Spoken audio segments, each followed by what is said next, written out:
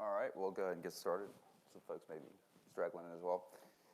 I'm Brian Mink. I'm an attorney at Troutman Sanders in Atlanta. I'm also the chairman of the advisory board of Data Science Connect, which is the largest data science organization in the Southeast. So today I'm going to talk to you about the AI lawyer leveraging data to develop automated expert systems. So I'm a practicing attorney, but I also have some data expertise and use data in my practice in kind of an unusual way. And so that's what we're going to be talking about today. So the first thing to talk about is this legal data revolution. So I want to start kind of before we get to the future of legal data and talk about the very beginning of legal data and what I refer to as the first legal data revolution, and that is the invention of laws. So humans, as far as we know, are the only species ever to have invented a concept of laws, which are simply rules governing behavior. All right, and so this was around 2800 BC. And this didn't go very well at first. As you can imagine, these early laws were governing us by violence and superstition. There was no single source of truth. There was no authority that people could point to and go back to and say, this is the law and it's going to be enforced consistently and not arbitrarily. And so the second legal data revolution was the transformation of that legal data from being stored only in human memory and being communicated verbally to being stored in text. So with the invention of writing, people began storing legal codes in text, on pottery and stone carvings, and eventually on paper. All right, and the reason why I talk about all of this history is because I think we are in the midst now of a third legal data revolution. And that is the transformation of legal data storage from text-based to digitally based. And the transformation of legal data from being stored in human memory to being stored in text was one of the most significant events in all of human history. Okay, it led to the development of written laws, statutes, case law, and it led us to really the formation of human civilization, the ability to govern ourselves with written legal codes. And I think this third legal data revolution, the transformation from text-based laws to digitally based laws, is going to be every bit as significant, if not exponentially more significant, than the transformation of legal data storage from being stored in human memory to being stored in text. So let's start by talking about today's use cases. All right, so digital legal data storage started around the 1970s with the invention of the first legal research engines. And you have things like LexisNexis and Westlaw, these terminals that you could go to and look up legal research. And that's when really we began to store in mass this legal data in a digital format rather than simply in a text-based format. And so what this has led to today is a number of use cases which fall into two general categories. So first is these kinds of needle in a haystack problems. So you can imagine in the context of a very large lawsuit, what's now very commonplace, which is e-discovery. So e-discovery started 80s, 90s, and people began analyzing text using natural language processing, using keyword searching originally to scrape documents that contain vast amounts of data and do the job that in many cases was being previously done by junior associates at large law firms. So imagine that you have a products liability case, your company has been sued because the product has killed someone, right? And you might have to turn over all of the documents that you have in your possession that are relevant to that particular case. You have to turn it over to the other side, and they have the ability to look through those documents and try to find the smoking gun that would be helpful in litigation. So we're talking about every memo that's been produced in your company that might be relevant to that situation, every email, every test that you ran. Right, all of that has to be turned over, provided that it's not subject to something like attorney-client privilege, right? And so you don't have to turn over those documents that are subject to attorney-client privilege. So this is a huge task when you have a large corporation and you have to go through and review all of these documents that may or may not be relevant to a particular subject matter and that may or may not be privileged. And so what e-discovery does is it gives you the opportunity to cull that stack. So you might have a stack of 2 million documents that have to be reviewed. And rather than reviewing all of those with your attorneys, you can simply review maybe 50,000 of them, which have been extracted using natural language processing. They've been flagged. These documents may be relevant, or these documents may contain privileged information, and then those can be passed along to the attorneys to then use their expertise to only review those 50,000 documents instead of the 2 million documents they might have otherwise had to review. So as you can imagine, that's significant cost savings. And there are similar types of needle in a haystack problems that are being addressed, for instance, in the corporate mergers and acquisition context using natural language processing. There's also the second category of these use cases, which I refer to as souped up BI. So it's basically your general business intelligence use cases that you'd have at most businesses, but they have a twist to them that makes them a little data sciencey, like using natural language processing to analyze time entries, for instance. So attorneys who track their time, that's how we end up getting paid by our clients, as we say we spent half an hour on this particular, reviewing this particular contract, for instance. And so you could use natural language processing to flag entries that may be more likely to be objected to by the client in billing them. And so you could reduce the number of write-offs in our bills and increase our realization. So these are, I mean, they're interesting use cases, but they're fairly limited. And what we're not really doing today in any meaningful sense with data science in the legal industry is using data to augment or replace the judgment of a human expert. Okay, so what do I mean by that? Well, fundamentally, we as experts, as lawyers, doctors, accountants, anyone who's in a profession where you had to go to school and get a lot of education, those people are using expert judgment to provide answers to problems of uncertainty. So when a client comes to us and wants to know what's the likelihood that I'm going to win or lose this particular litigation, you know, a case that goes to court, what's the likelihood that I'm going to win or lose, and what's the likelihood of damages? How big are my damages going to be? How small are they going to be? What's the likelihood of that? If a court went totally haywire, what's, you know, what would be my worst case scenario? What's my best case scenario? And then let's figure out, does it make sense to litigate this based on the potential damages, based on the possibility of win or a loss? And same thing, I'm in the commercial real estate space, so I negotiate commercial real estate contracts. So our clients come to us and they want to know, this issue that we're spending so much time fighting over, that we're talking about walking away from the deal based on, is it worth it for us to be considering it that way, or is this such a minute risk that we shouldn't be fighting over this, we should just sign the contract? And this is really what data scientists do too, right? You take data and you give people greater certainty by predicting the likelihood of an outcome. So this is how we have this convergence of data and law. And as legal experts, this is what forms our judgment. It's our knowledge and our experience. So it's what we learned in school, what we've learned on the job, and it's also our experience in working other similar matters.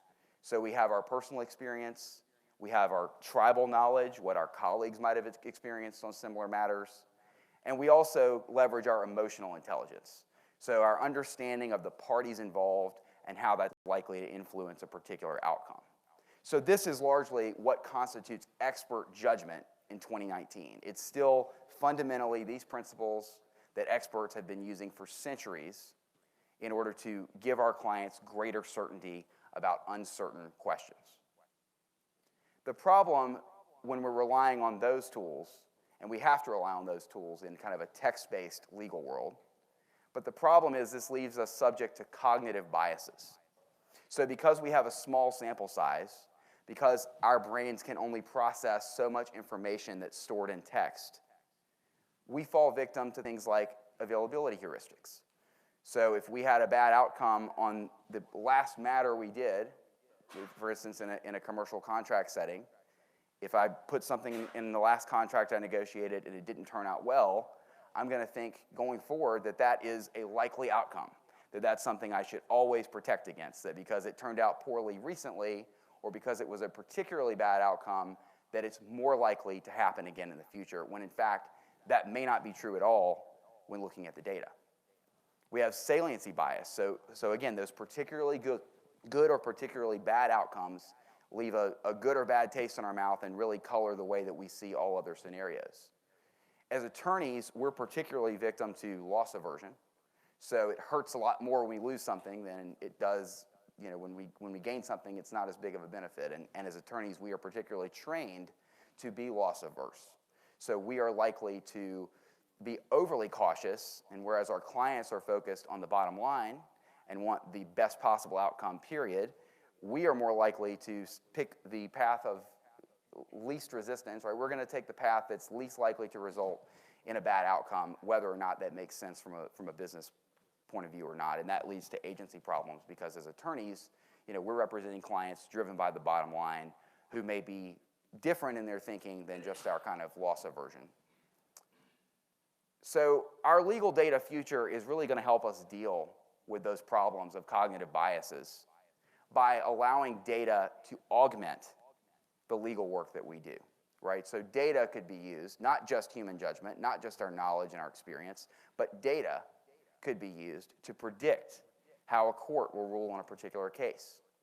It could be used to measure contract performance, and this is where I focus a lot of my practice, is structuring this data to be able to measure contract performance.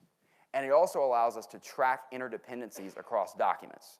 So if you imagine you have a bunch of different documents on an average commercial real estate transaction, there may be 200 documents on a complex transaction.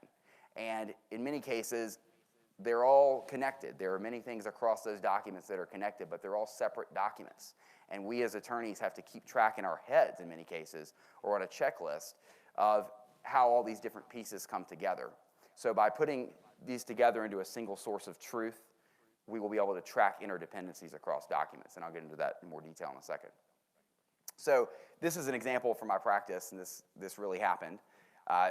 So we were acquiring some land for a client, and the seller, prior to us acquiring the property, was required to perform certain construction work. So there was an old building on the property they had to demolish to get the property ready for us to then come along and build on it. As part of this work, we had a contract with them. The seller said, they have to demolish all the existing buildings as well as the footings and foundations on the property. So once our general contractor got out there, we'd closed on the property already. Our general contractor gets out there and discovers these wooden piles are still in the ground. This is a defect in the work that our seller was supposed to perform, left over from the foundation of the building. So the cost of removing these was $8,250, not that much in the context of a multi-million-dollar development.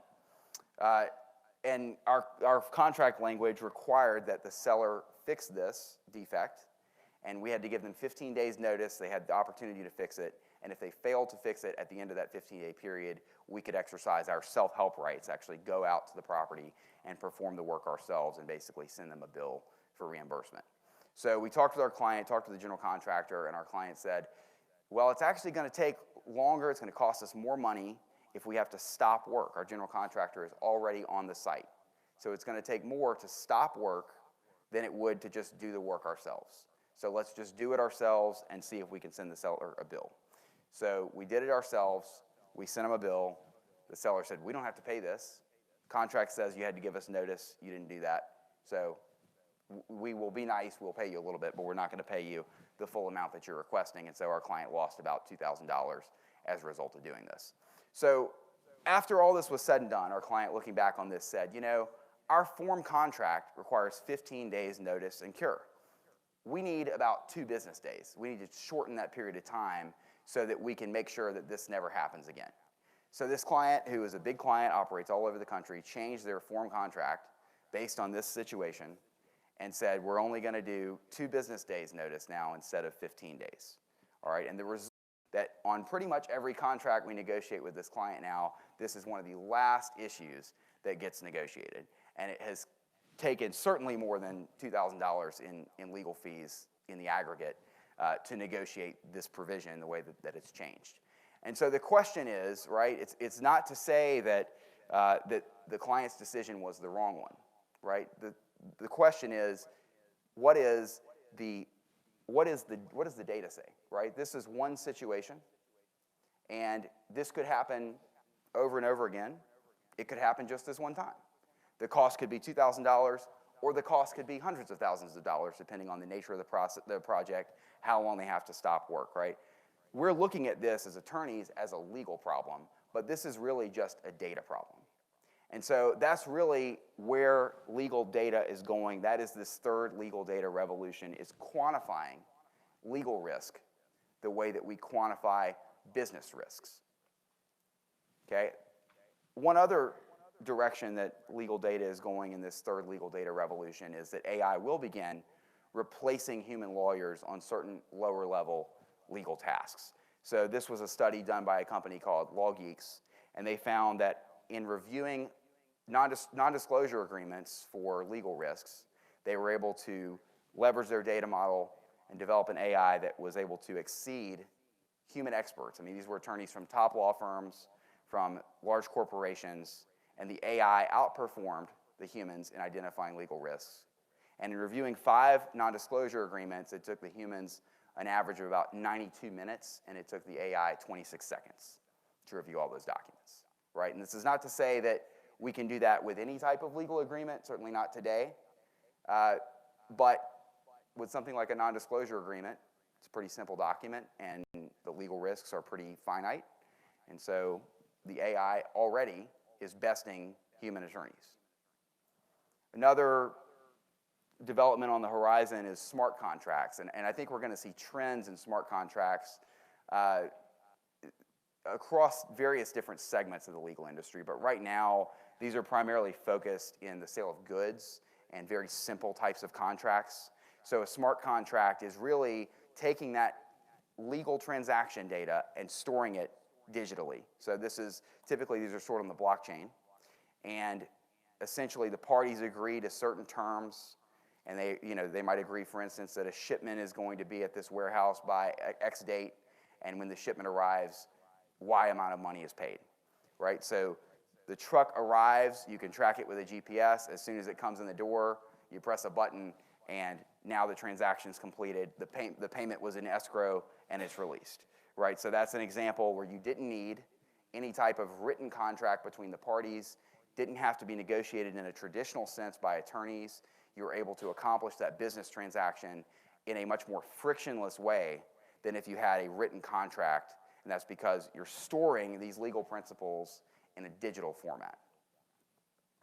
All right, so the question is, what is the barrier for us to be able to get to that in a widespread way, right? I talked about the limited use cases that we have in the legal industry right now, falling into just kind of 2 small buckets, and there's a handful of other things that are exciting developments on the horizon. But the reason we're not really doing this in any significant way today is because the data that we rely on in the legal industry is text data. It's all stored in text. So 90% of data in the world is unstructured, and the majority of that data is text. Much of this unstructured and text data is just now beginning to be leveraged across numerous industries, not just the legal industry. And fundamentally, text is an imprecise medium. So when we as lawyers get a term sheet, for instance, from our clients, it's got very clear terms that are outlined, some of them business terms, some of them legal terms that have been negotiated. And there may just be a couple of words, right? Or there may be a dollar amount. Those are structured terms. They are very precise. It's very easy to get your arms around that. And that's not so simple, right? That's why you pay lawyers, is because a long commercial contract is not a simple matter. It is not as precise as these simple business terms, and there is a lot of room for interpretation that leads to litigation. So we are storing these very precise terms in an imprecise medium, and that is text. And so this is what I spend a lot of my time doing in my organization, is cleaning up what I call exhaust data, right? So this is unstructured, messy, risky data that's in your organization. So as attorneys, we have all these different contracts. We have to communicate to our clients what their rights and obligations are under these contracts. And many times the way we're doing that is by rereading the contracts we have already ourselves negotiated and preparing summary memos to our clients about what's in their contracts, right? This is risky. When our clients don't know what is in their contracts, when they don't know what the rights and obligations they're signing up for are, and they have no process for tracking that, that's a liability. And so what we need to do as lawyers in structuring this data is do so in a way that allows our clients to very quickly get precision in terms of what's in their contracts, understanding those rights and obligations, and being able to manage that in a more effective way. So the way to first get your arms around unstructured text data is to give it structure, right? So one way that I've done that in my practice is developing automation tools. So rather than filling in a Word document form of a contract. We have automation tools that we've developed in-house to be able to automate the drafting of a lot of that contract. And then we can track on the back end. We now have the structured data that we're putting in. What the user is inputting in the questionnaire is coming to us in the form of structured data in a single source of truth, a database, and then the output is the contract that is being drafted. It increases efficiency, but it also helps us better track our obligations in the contract. So this is that single source of truth. And what you can do, once you've automated a contract, for instance, if there are rights and obligations that live in it, you can integrate with your client's business systems. So the easiest example is, for instance, a rent payment, right? If we have the rent payment entered into some type of database, that can connect with our clients' databases. They can automate their rent payments. But you can get much more granular than that. We can get to renewal options. We can get to tracking various different obligations that are in their contracts so they can actually see how frequently they're negotiating certain terms versus others and what the outcomes of those provisions are likely to be. So as we start to develop more intelligent expert systems, this is really the way that we go about it from a machine learning standpoint. So with supervised learning, the expert begins by selecting certain provisions, training a model based on, for instance, certain provisions that are in a contract, right? If you approach it with unsupervised learning, we would start by clustering it, and the expert would then look at these clusters and say, all right, this cluster is these types of variations of contract language, and here's what that means in a structured format. Here's what corresponds to that, the label that corresponds to it. And then once you have a working model, reinforcement learning can be a great way to increase the accuracy. You can begin saying this didn't come out correctly, so we need to reclassify that, or this came out the right way so that, yes, that's correct, right? So a lot of the software that's on the market today that leverages machine learning in the legal industry uses some combination of supervised, unsupervised, and reinforcement learning. But the thing to keep in mind about all of these is it involves a human expert, right? It's not just looking at data. You fundamentally have to have an expert to give context and meaning to the things that are being identified in the data. So there are some unique challenges about working with experts, particularly because many lawyers are not data people, they're not tech people, they may even be skeptical of data and technology. And so there are unique challenges, and this applies also in the healthcare space. And I know we have many folks from the healthcare industry today that you're working with doctors, right? And they have a different mentality about some things, and they do things a certain way because they are practitioners, they're experts, and so you have to understand those challenges when you're entering this space and working with experts. So one way that I've tackled this in my practice is by starting with a concept that attorneys are familiar with. So attorneys love checklists. And fundamentally, a checklist is structured data, right? It's at least semi-structured. It's much more structured than a contract. So if you can get attorneys to think about structured data like transforming a contract into a checklist, which they're very familiar with, they can get their arms around that. They can get much more comfortable with the idea of using data in their practice. And so once you have this kind of checklist, then you just have to add some tools to that to automate it, to automate what's in the checklist, to begin putting that into a digital format.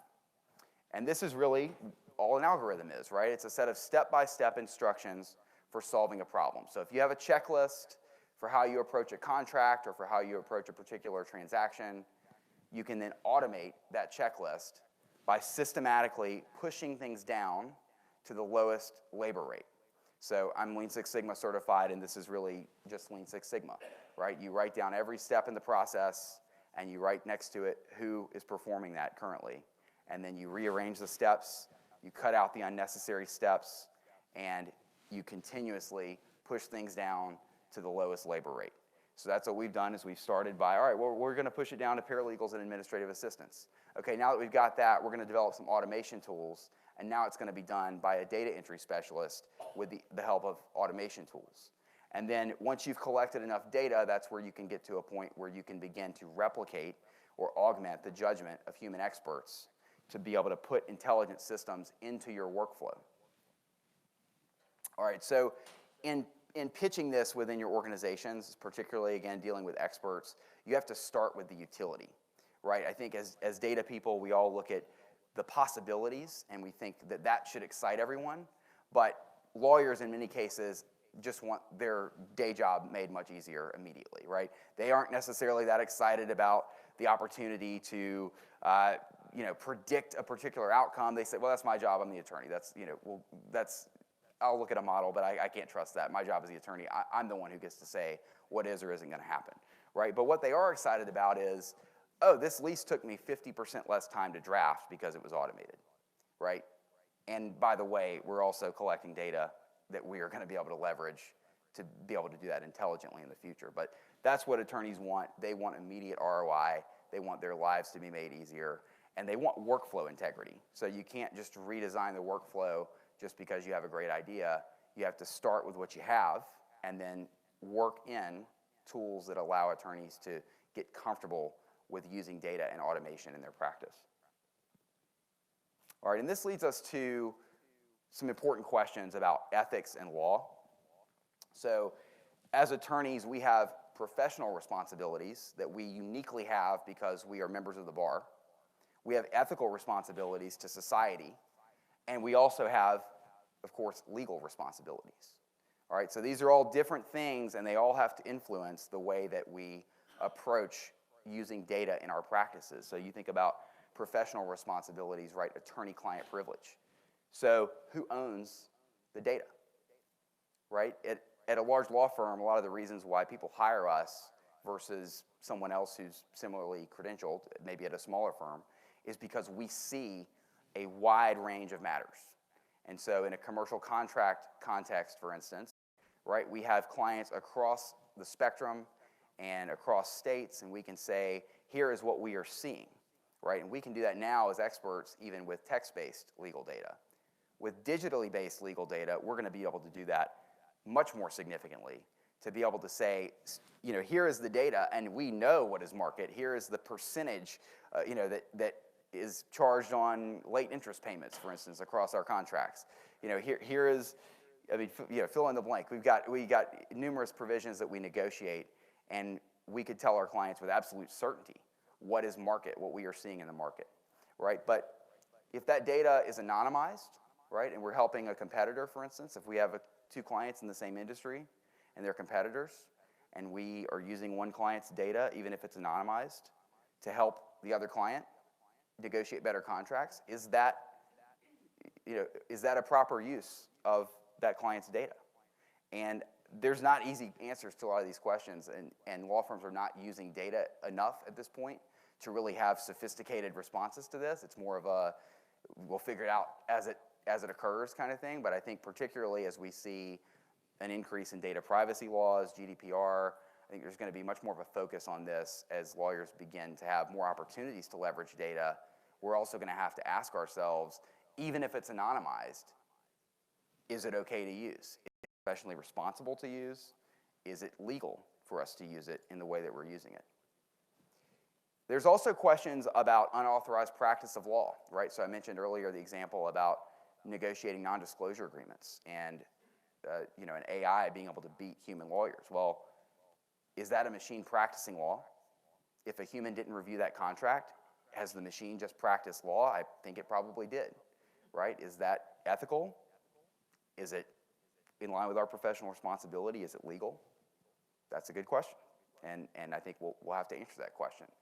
In many cases, courts have blessed e-discovery, for instance, as an acceptable use of machines, but there may be a line at which we've crossed over and the machine is really entering into the practice of law in a significant sense that may violate the law or that may be ethically questionable, right? There's also a question on the flip side of, say with those NDAs, right, the machine has a higher accuracy rate than a human being. So will there be an ethical obligation to use a machine to review contracts rather than an ethical obligation not to, right? If we can prove that a machine is going to be more accurate than a human lawyer, maybe our ethical obligation is for the machine to do that task. There are also a lot of transparency questions here in data modeling. So if you don't know how you got to the answer, right? Particularly, think about in the criminal justice context, right? We're now seeing risk assessments are used to determine if a criminal is likely to commit a crime while they're out on bail. And that may affect whether that person gets bail or not, right? And there may be lots of factors that go into that data model, and you may not be able to pinpoint which factor influenced it, right? And so I think there are certain factors like race that we can all agree should be excluded, but there are other factors that may be correlated with that, for instance, that may be problematic. And if you can't back out and say, here's how we got to that conclusion, this affects people's lives. It affects people's liberty. It costs lots of money, right? So these are significant questions, and if you don't have a transparent data model, that can be legally and ethically problematic. So one critical aspect in using automated expert systems is to keep a human in the loop, and it's for that exact reason. It's, all right, we have to know how are we using the data, how did we get to this particular conclusion, but also we have a human check on this to say, this doesn't seem right. This decision doesn't take into account some contextual things that maybe the data model is not picking up on, right? Emotional intelligence, for instance. The machine may or may not know about the parties that are involved, and there may be varying levels of sophistication in that, and so you have to have a human in the loop for most things to be able to ethically and legally validate the results that you're getting. All right, so this is really the future of legal data is it's going to be complicated, right? So it's going to involve, first of all, transforming text data into structured digital data. So that in itself is a significant undertaking that has to happen, and is happening currently, but has to happen as a precursor to being able to leverage data effectively in the legal industry. But also the other things that I mentioned, right? It's the upside is we're going to be able to check our cognitive biases. We're going to be able to make better decisions. We're going to be able to make them faster and cheaper. There's going to be less friction in our business transactions because instead of arguing over the minutia of legal terminology, we will have things like smart contracts to be able to automate a lot of these transactions and avoid some of these legal disputes.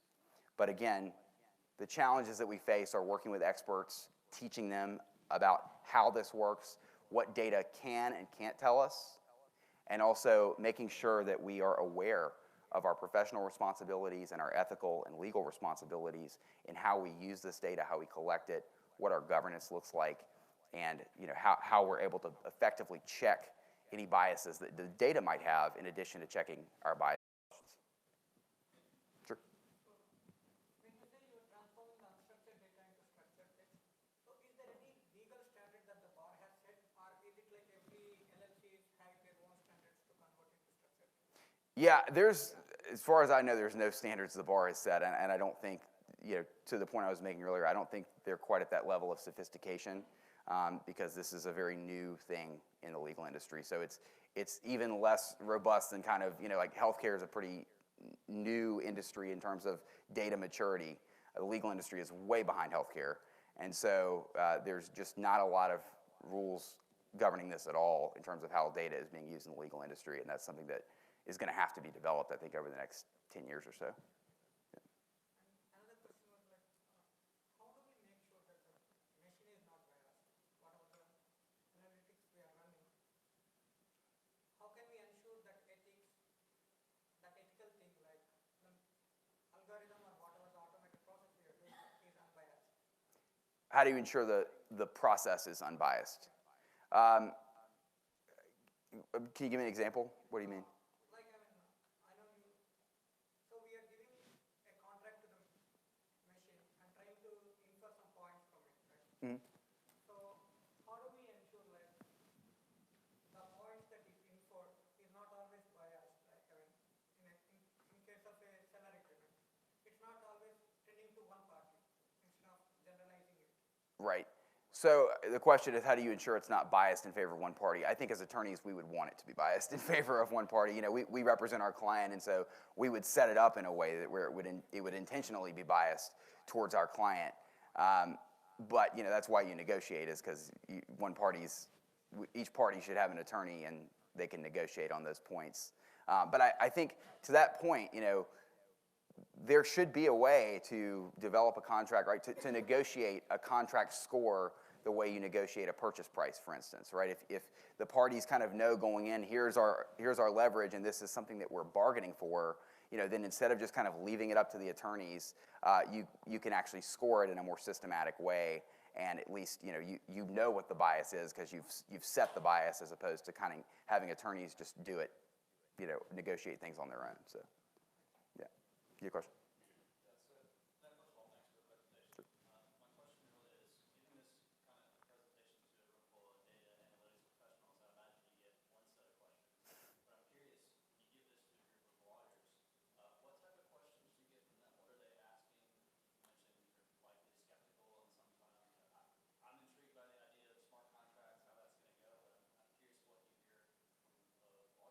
Yeah, that's a good question. So the question was what the reaction is from lawyers when I give similar presentations. And I give a different type of presentation, as you can imagine. So I don't talk about smart contracts or anything like that unless that's relevant to the presentation. But lawyers care about immediate ROI. So I talk about efficiency, how this is going to make their lives easier and better, how we can sell this to clients. When I talk to clients about it, I talk about here's how your process currently works, here's how it would work better if we use this. And actually, I think I have to frequently play down the amount of technology that's used and really focus on process a lot more than technology because people don't want to be sold on another piece of software. And so particularly coming from a law firm, we're not a software developer, we're not a software company, and so our job isn't really to sell them the software, it's to sell them our legal services. But it's to say, look, here's how our legal services for you are going to be exponentially improved by automating your contracts, by implementing uniform best practices, by systematically pushing things down to the lowest labor rates. And oh, by the way, here's the structured data we're collecting that integrates with all of your business systems so you're able to save a lot of time on your end as well. Yes?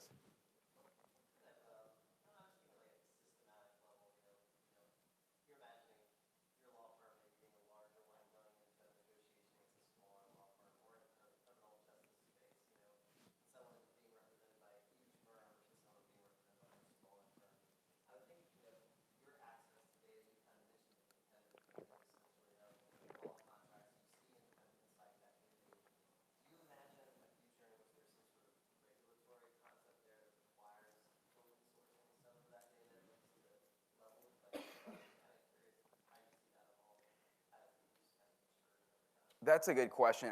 Whether we're going to see open sourcing of data that's being collected to kind of make things more equitable. I think we're really not at a point where we're even aggregating or anonymizing the data in any significant way. I mean, what we're doing, we're kind of ahead of the curve, I think, but is really just giving clients their own data in just a different format, right? And so I think when we start aggregating and anonymizing it, it's going to be a total game changer. And the government could put a stop to it, or the bar, could put a stop to it completely if they wanted to. And that's, I think a fear and a consideration that I think what's the balance between allowing people to leverage this data and have access to it versus what problems may be associated with it. I think it's very much an open question, and it's going to be, I think, years before we have an answer before the bar and before Congress, are thinking about this in a sophisticated enough way to really implement effective regulations around that. Yeah. Do you see products emerging? Firms as large as yours may be doing a little bit of in-house development, but I'm curious if there are parties that are trying to market to you to sell these kinds of, intelligence and analytics services that are, niche law industry. Sure, yeah, so the question is what kind of products are we seeing marketed to us as opposed to what's being developed in-house? And even the stuff that we're developing in-house, it's built on top of products that we've already bought, so it's not totally, we're not starting from scratch. So yeah, I think there's a lot of legal research products on the market. I think it was something like a 65% increase in the number of legal AI companies that were started in 2018 over the prior year. So it's a rapidly growing industry and space. I do think it's kind of a bubble, actually, because I think one of the issues with the legal software right now is that it does not fit into the workflow, and it requires a lot of training to make it work effectively. So you get a pre-trained model, and it can identify, for instance, this is a seller default provision in a contract, right? As an attorney, that's not particularly meaningful. I can go and look at the section and see default, and it's a seller default provision, right? That's not that meaningful to me to know that it's a seller default provision. If you said, of the 10 most common seller default provisions, this is the one that it is, right? Here it is, and this is or is not acceptable on this client's contracts to agree to, that would be helpful to me. That would save a lot of my time. That would also require a lot of training. And so that's, we are using some legal AI software, but it requires a lot of training, and it's really, I think in many cases, not ready to be deployed in a significant way, except on those handful of use cases I mentioned earlier, like e-discovery or like large mergers and acquisitions, where there is both a large dollar value associated with the fees and also sort of a finite world of items that you are wanting reviewed and extracted from the contracts. Yep. So, how do you handle this from a business perspective? Do you use this to say, hey, we're legal clerks and we're going to be a lot cheaper than what you already have? Or are you saying that we have insights so that this takes us to be a high-level firm to compete? How do you use AI to position yourself strategically? Sure. The question is how we use AI to position ourselves strategically. So I think it's a combination. It's a suite of services, right? So it's not a one-size-fits-all for every client. It's not saying we have this crazy new software, it does X, Y, and Z, and so you should use us. It's more of, all right, we've been doing your work, or we want to do your work, and we understand, what our typical pitch would be. We understand your industry, we understand your needs, we understand your processes, but then it's taking that and saying, we've identified these areas where we can use automation to make things more efficient for you. We can start collecting data and connecting it with your business systems and replace, data entry folks that you have in-house who are doing this manually. Or we can give you a dashboard that will make this data in your contracts more accessible to you than having to email an attorney or sift through a 20-page paper summary. So that's really what it is. It's very client-specific, and it's a suite of things that we have, not just a one-size-fits-all solution. It's, it's a way of solving their problems using technology and data. So your clients are actual businesses, but not other law firms? Correct, yeah. I work at a law firm, so our clients are businesses. And my clients in particular, I work with a lot of data centers, some national restaurant chains. I've worked with, large mixed-use and office developers, hotel developers, that kind of thing. So it's my clients in particular are large real estate developers or owners. Yeah, so I think you kind of hit it again, something you mentioned about workflow integrity. I'm having worked with a lot of physicians and a lot of professionals, but yeah, I completely agree that that's one of the most valuable things for them is that their workflow be maintained. As somebody who is a non-professional and who also doesn't really have access to professionals outside of paying them for their time, are there methods or best practices that someone could look into around developing a spec for what a workflow of a particular profession, maybe the legal profession, looks like, and what would need to be maintained in order to give them a valuable solution? Sure, yeah, the question is are there best practices for developing a workflow when working with experts if you're a non-expert? Or not developing a model. Right. So I think, taking advantage of things like checklists, for instance. We already have checklists. That's not something I invented or have been pushing people solely to do. We already have them. And so I think if you can have an expert's checklist or whatever, if they have some written process that they have written down, and take that and then just start, figuring out who is performing all of these tasks, right? Is the doctor performing all of them? Is there a nurse performing some of them and a doctor performing others? Do you have a technician doing some of it? Is some of it being done by a machine, right? Figuring out from soup to nuts, from start to finish, what is the entire process that this person is following, that is being followed to serve this client or this patient, and then who is performing that task. That is kind of, I think, the best initial way to go about it. But there's no replacement for interviews and things like that and talking to an expert, even on clients, internal clients that I consult with, right? If I go in with a new client team that I don't do their work, but I'm helping them implement this, I have to spend a lot of time talking with them and saying, all right, so who does this exactly, right? What are you doing and who does this? And if it's something that's outside of my area of legal expertise, I have to also figure out, okay, well, what does that mean? I'm not familiar with that terminology. So it's a lot of asking questions and really kind of being a fact finder and then figuring out, all right, how can we insert some intelligent technologies into this process? Yeah, I know. There's no magic bullet, unfortunately. Yeah. Do you find others like yourself at other firms? I mean, it seems like a pretty unique case that you have this interest in data. I mean, you studied law, you're at a firm. I think to most people in this room, it's like, wow, wish there were more lawyers like you, Yeah.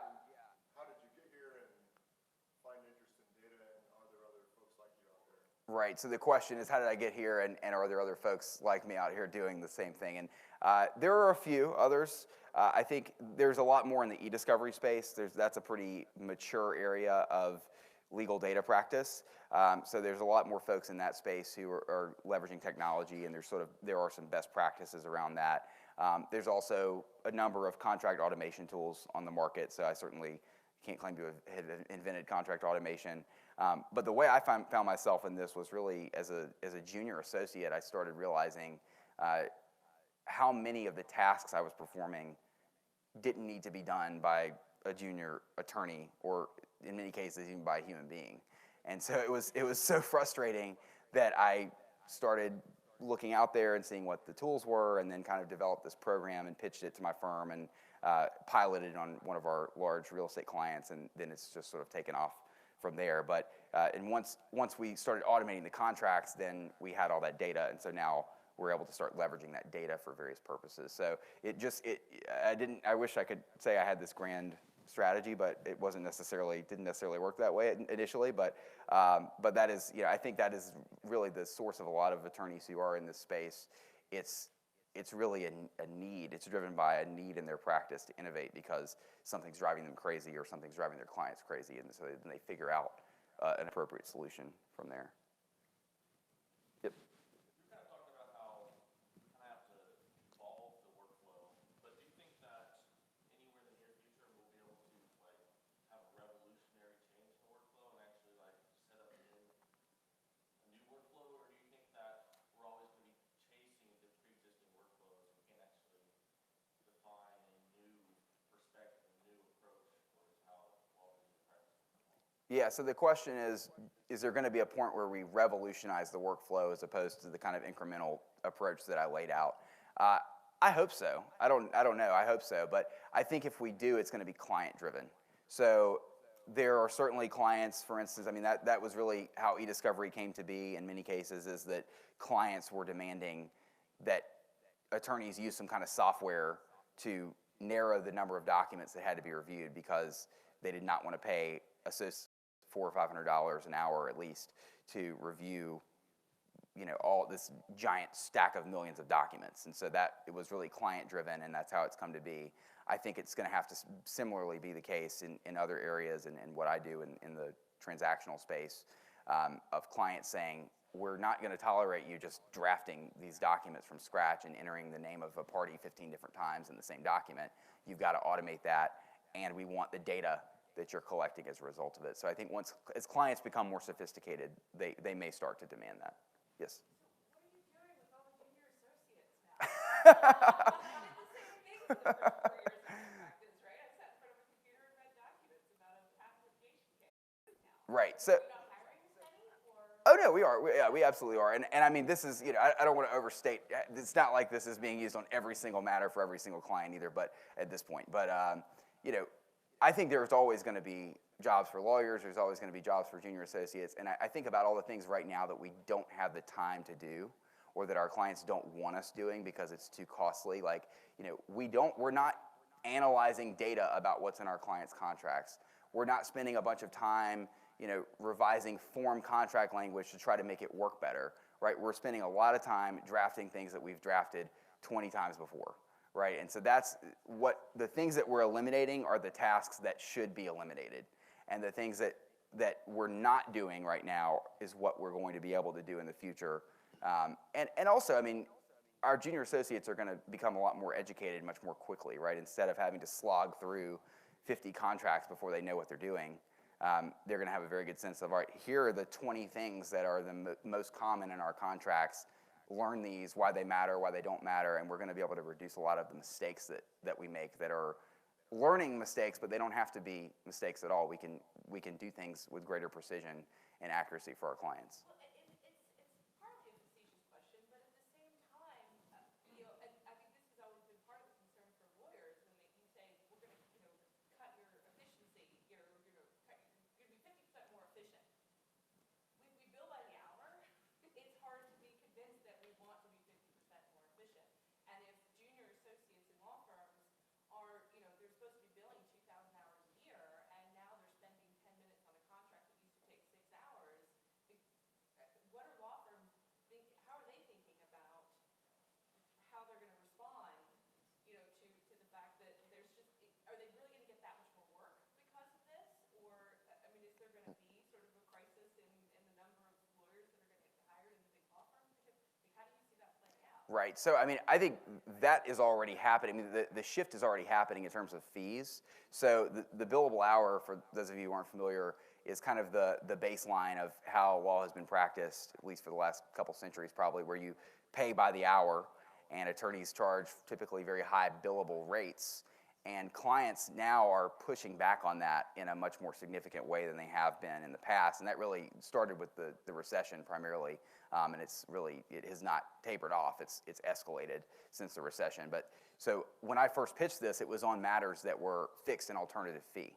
So it was matters where the client was paying us a set amount of money, and if we were more efficient, we get the benefit of that efficiency. If we're less efficient, the client, we're eating that cost, right? So that was one way in a law firm setting that I was able to be persuasive with it, is to say this is, it applies to fixed and alternative fee arrangements. But at many large law firms now, fixed and alternative fee arrangements outnumber what are sort of the standard billable hour. That's a recent occurrence in the last couple of years, but in many cases it now outnumbers the matters that are simply billed by the hour. And so I think, again, back to clients being more sophisticated and pushing for change, I think that's where it's going to come, is clients are going to say, we want our incentives aligned with yours, so you need to give us a fixed or alternative fee, and if you can't be efficient enough to make that work, that's your problem. You have to eat that money. And then law firms are going to be looking at much more sophisticated ways of being efficient and automating their processes. Yes? You talked about a time where some of these artificial intelligence models disagreed with the findings of some of your experts, and maybe a time you actually chose to go in the direction of what the artificial intelligence recommended and what that process was like. Interesting. So the question is, can I talk about a time where an AI disagreed with the judgment of our expert and the human had to overrule them? And the answer is no, because AI is not that sophisticated yet in the legal industry, frankly. It's not making decisions. It is purely streamlining review of documents at this point in the legal industry, and that's across the board. I don't really know of any use case currently today where people are effectively using AI in kind of the way that I talked about, of, that here's this grand vision of data augmenting legal judgment. It's just not happening in any significant way. I think it will, and I think that's really, those are going to be the questions that have to start to be answered. But I think, like we've seen in other industries, it's probably going to happen before there's regulation or laws around it. So something bad is going to happen, and then we're going to have to figure out what regulation or law is appropriate based on that situation. I don't think it's going to be something that the legal industry gets ahead of. So, yes?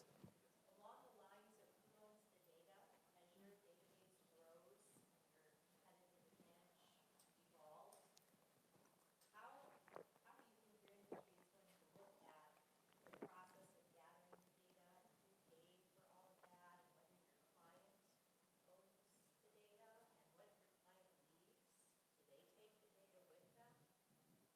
What are you all thinking about that idea? Right, so this is a question about who owns the data and how we're thinking about it. And I think, it's interesting because in the context of drafting contracts, we don't bat an eye about if we have a form contract from another client. We probably wouldn't use that client's form for another client, But we would certainly take language from it. You know, if we needed a concept and we had language from it that we used for another client, we would absolutely copy and paste it and put it in a contract, right? So that's kind of the way that most lawyers are thinking about legal data right now, is like, well, why would that be a problem? You know, we do that all the time. It's on our system. But once you start to structure it and there become increasing ways to leverage that data, it does become much more problematic, and there's a lot harder questions that you have to ask about who owns that data, and in particular, whether you can aggregate it with the data of other clients. And so I think, you know, as a law firm, I mean, I think we would probably take an overly cautious approach to that question. I think most law firms probably would. That's just kind of the nature of things, but some might not, and particularly, you know, alternative legal service providers might take a much less cautious approach to that question. So I think it's one you have to figure. As far as I know, there's no law or regulation right now that gives a clear answer to that question, and particularly if you anonymize the data, whether that is legally or ethically problematic. I don't think there's a clear answer to that right now. I think if the client left, I mean, they are able to take their documents and other things from, you know, when they leave a firm and go to a new firm, and so I don't necessarily know that their structured data would be any different, even if it's been anonymized. But like I said, I don't think there's a clear answer to that right now. Yes. From a legal discovery perspective, have the models ever been subject to discovery in the past? On e-discovery? Yeah, I don't know the answer to that either. The question was, have e-discovery models been subject themselves to discovery? I assume they wouldn't be, because they'd be the subject of attorney-client privilege. But you know, I know there are standards and there are best practices. I'm not a litigator or an e-discovery attorney, so I'm sure other people would be able to give a much more robust answer to this question. But I know there are standards, and that, you know, it has to be something that you can justify to a court, right? If a document is missed in that process, then you have to be able to justify to a court that you were using, you know, industry standard practices. And if you can't, then, you know, I think that would be at least problematic for the law firm, at least, and perhaps for the client as well, if they fail to turn over a document. Other questions? Yes. What do you say to the reporters? It seems like there's at least one a week now that say AI is going to come take all of our jobs. Yeah, and that's to the point I was mentioning, is this is about augmenting, right? It's really about augmenting expert judgment. And there are some significant flaws in the way that we're making expert decisions in 2019 that is based in a text-based way, right? This is because it's a product of the fact that our legal data is stored in text. And so we're making flawed judgments. So I don't see a machine anytime soon. I'm not saying it can't happen, but I don't see it replacing humans altogether, human attorneys. But I do think it's going to play a significant role in augmenting what we do and being able to help us make better decisions for our clients and better inform our clients about uncertain outcomes. And so it's humans pairing our judgment with data to greater inform the types of decisions that we're able to make. Anything else? All right. Thank you, guys.